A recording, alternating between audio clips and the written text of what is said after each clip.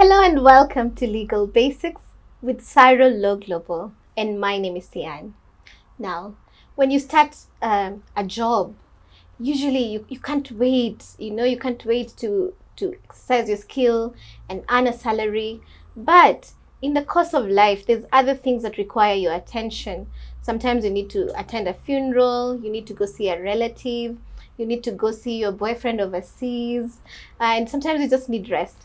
And within the contract of employment and the employment relationship, there's a space for you to go and pursue those other things when you're not going to work every day. And that is classically what we would call leave. So today we are going to discuss annual leave. And with us is my colleague who's very experienced in these matters. And I would like to invite her to introduce herself. Thank you, Sian. My name is Karo Muriuki. I am an advocate of the High Court of Kenya with 6 years post-admission experience. I work at the firm of Musimi and Company Advocates. I deal with employment matters, among others. Thank you for having me. Karibu sana.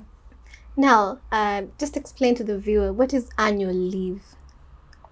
So, annual leave are those days that an employee is entitled to take a break from work within the period of employment.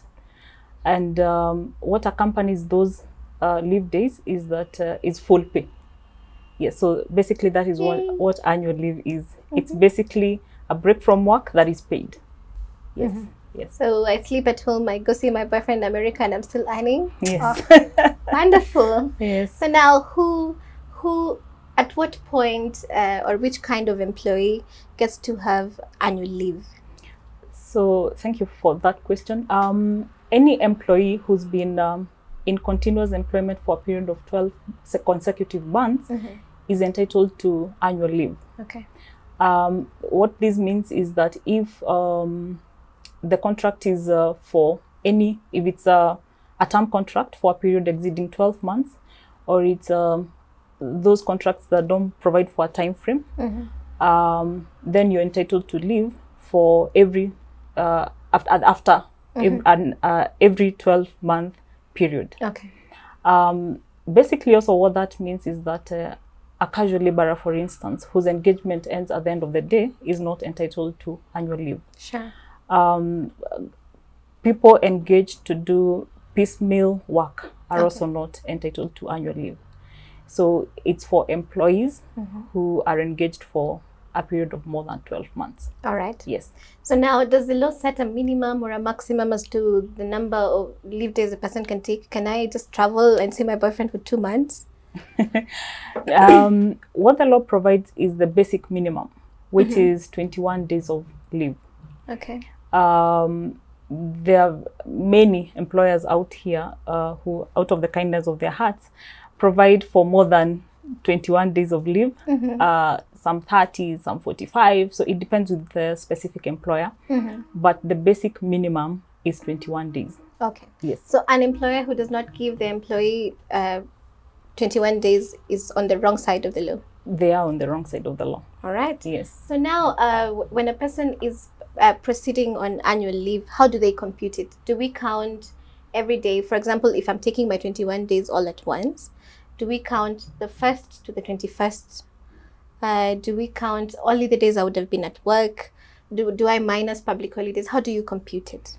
So, first of all, leave, you calculate the period that we've already talked about from the first day of work. Okay. And there are days that are excluded. So the law provides that every employee is entitled to 1 day rest. All right. In a period of 1 week. Okay. So it's, let's say 1 week is 7 days, so at least 1 day of rest. So that day is not counted when you're tabulating leave days. Okay. Public holidays are also exempt. At the point of leaving employment, when some people, let's say, if it's termination, if it's the employee that wants to leave, or sometimes even if it's the employer that has decided to terminate a person, outstanding leave days would be one of the things to consider when they're calculating their final dues. That's true. So how do they go about it? Do they say, for these outstanding days, I'm going to pay you? Do they remove it from the notice period? How do they go about it? So ideally what happens is that if you have 10 days of leave that are left, your employer will pay you for the 10 days at the rate of full pay. Okay. There are people, I think, who do other things like they remove the 10 days from the notice period and then they take the rest. But it's based on case-to-case basis, the agreement between the employer and the employee. It depends with what works. Okay. Yes. So if my employer, for example, is open to me removing my pending leave days from the notice period, that too is allowed. That is very if we well. agree. Yes, correct. All right. I think that will be all for this broadcast. Thank you so much for joining us. Yeah, and to our viewers, thank you for tuning in. If you like these videos, subscribe, share widely with your family, with your friends, with your employer who has refused you to go see your boyfriend in New York. Yes.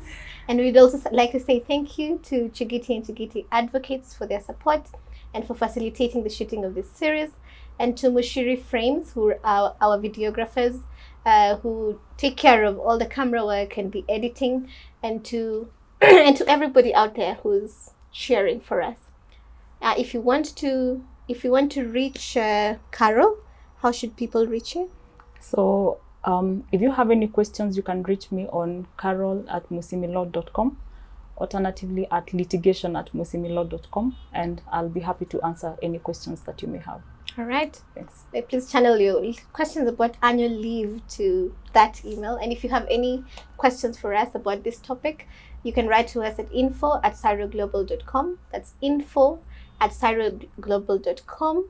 And you can also write to us with the old email address, that is cyrolglobal@gmail.com. Take care of yourselves. Bye-bye.